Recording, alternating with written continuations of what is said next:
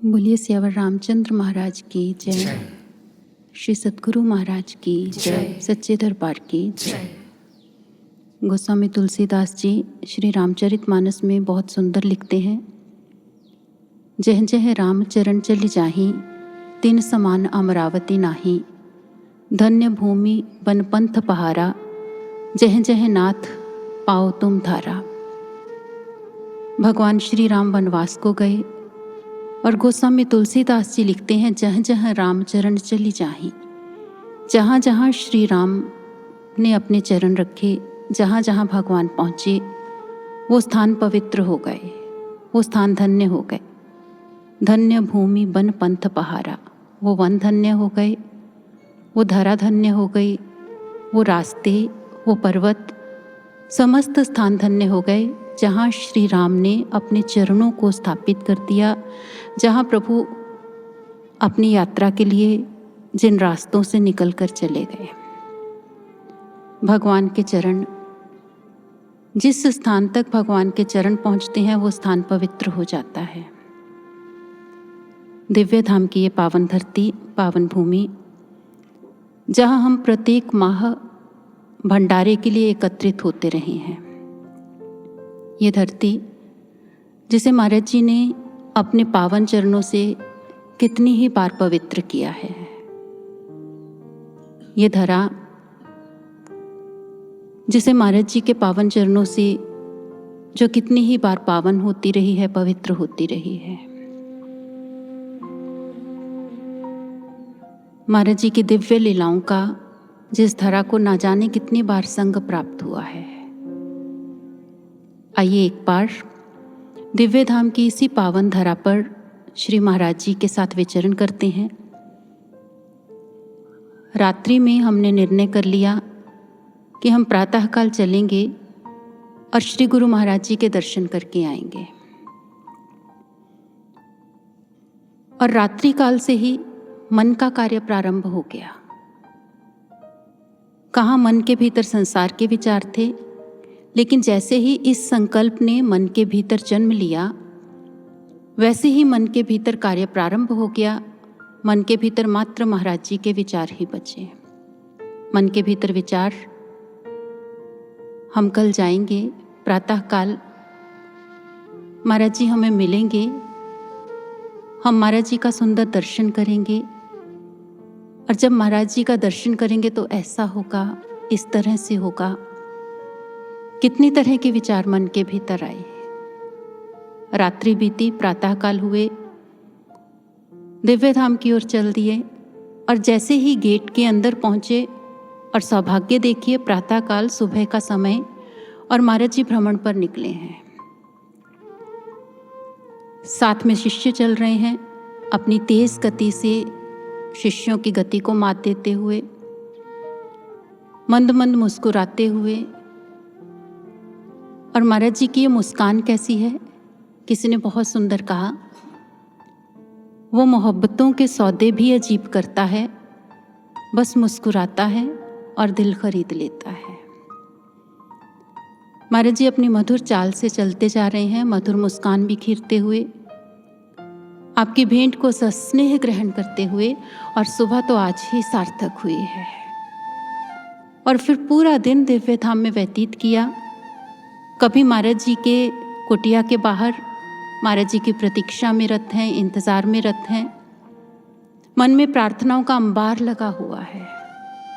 और कभी महाराज जी के दर्शनों में इतना निहाल हो गए हैं कि अपने तन मन के सुध बुध तक भूल गए हैं। याद तक नहीं कि वापिस भी लौट कर जाना है अपनी माया की नगरी में, अपने माया के संसार में। ध्यान तक नहीं।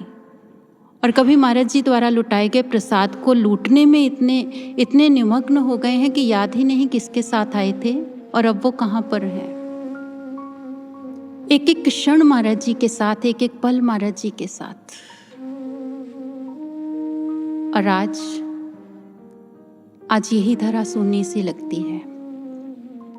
नजर उन रास्तों पर जाकर लौट आती है जहाँ पर महाराज जी विचरण किया करते थे, भ्रमण किया करते थे। गौशाला तक, जहाँ महाराज जी गायों को स्नेह देने के लिए रुका करते थे। प्रेम देने के लिए रुका करते थे। मन के भीतर एक ही पुकार उठती है, महाराज जी अब और प्रतीक्षा नहीं होती, अब आप शीघ्र लौट आइए महाराज जी, अब आप शीघ्र लौट आइए। और ये प्रतीक्षा मात्र हमारी नहीं है, दिव्य धाम के कण कण से ये प्रार्थना उठती है, पुकार उठती है। एक गुरु बहन ने इसी दृश्य को अपने दिव्य अनुभव के भीतर देखा। अनुभव में उन्होंने देखा कि वे दिव्य धाम में आई हैं और जैसे ही दिव्य धाम के गेट के अंदर प्रवेश किया, एकाएक कानों में आवाज आई, बेटी तू आ गई, हमारे प्रभु नहीं आए। उन बहन ने कहा कि मैं आश्चर्य से देखने लगी, आवाज कहाँ से आई, और थोड़ी ही दूर नजर गई तो देखा दिव्य धाम की धूली ने एक स्त्री का रूप धारण कर लिया और आंखों में अश्रु भरकर पूछ रही है, तू आ गई, हमारे प्रभु साथ नहीं आए। मुझे बड़ा आश्चर्य हुआ और थोड़ा सा आगे बढ़ी वो बहन और थोड़ी ही दूर गई थी, उन्होंने देखा कि पाक में एक ऊंट बैठा है और जैसे ही ऊंट ने उन्हें देखा, उसने भी आंखों में अश्रु भरकर पूछ लिया, तू अकेली आई है, हमारे प्रभु को साथ लेकर नहीं आई है। वो बहन थोड़ा सा आगे बढ़ी, उत्तर उन्होंने कहा मेरे पास कोई उत्तर नहीं था इस प्रश्न का। थोड़ा आगे बढ़ी, महाराज जी की कुटिया के पास पहुंची, एक श्वान बैठा था कुटिया के पास और जैसे ही उसने देखा, उसने भी आंख में अश्रु भरकर पूछ लिया, हमारे प्रभु नहीं आए, हमारे महाराज जी नहीं लौटे, हमारे महाराज जी कब आएंगे। और थोड़ा सा आगे बढ़ी, अपने ही चिंतन में इन सबके प्रश्नों का मैं क्या उत्तर प्रदान करूं। महाराज जी के आसन के पास पहुंची और जैसे ही महाराज जी के आसन को प्रणाम करने के लिए नीचे झुकी, आसन में से आवाज आई, हमारे प्रभु कब लौटेंगे, मेरे प्रभु कब मुझ पर विराजमान होंगे, कब मुझे ये सौभाग्य पुनः मिलेगा। और अभी इस आवाज को सुना ही था कि महाराज जी के आसन के पास जो छोटी छोटी धूप लगी हुई थी, जो घास उगी थी, उस घास में से आवाज आई, हमारे भगवान कब आएंगे, कब उनके चरण हम पर पड़ेंगे और कब हम पुनः अपने को धन्य कर पाएंगे, हमारे प्रभु कब लौटेंगे। इतने में एक वृक्ष पास ही खड़ा था, उस वृक्ष में से आवाज आई, यह दिव्य धाम सूना लगता है, यहाँ का कण कण सूना लगता है, एक एक कण प्रश्न करता है कि हमारे प्रभु कब लौटेंगे, क्या तुम नहीं चाहती कि हमारे प्रभु लौट आएं। उन बहन ने कहा क्यों नहीं, मैं भी चाहती हूँ कि हमारे प्रभु लौट आएं, सबकी तरह मेरी भी इच्छा है कि हमारे महाराज जी शीघ्र ही लौट आएं। वृक्ष ने कहा तो तुम अपना प्रयास क्यों नहीं करती। उन्होंने पूछा प्रयास, भला कौन सा प्रयास। वृक्ष ने कहा हम तो वृक्ष योनि में हैं, हम तो निकृष्ट योनियों में हैं,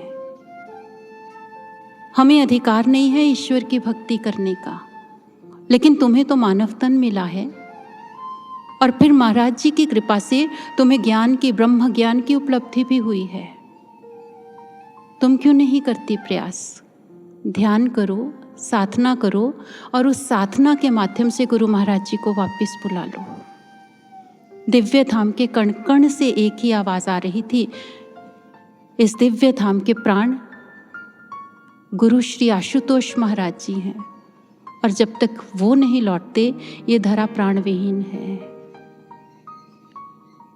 हमारे महाराज जी वापस लौट आ जाएं, वो पल हमें फिर से मिल जाएं, वो क्षण हमें फिर से मिल जाएं, हम पुनः श्री महाराज जी को अपनी आंखों से देख सकें, उनके चरणों का स्पर्श कर सकें। वो पल, वो क्षण, ना जाने कब वो क्षण लौट कर आएंगे, ना जाने कब वो पल लौट कर आएंगे।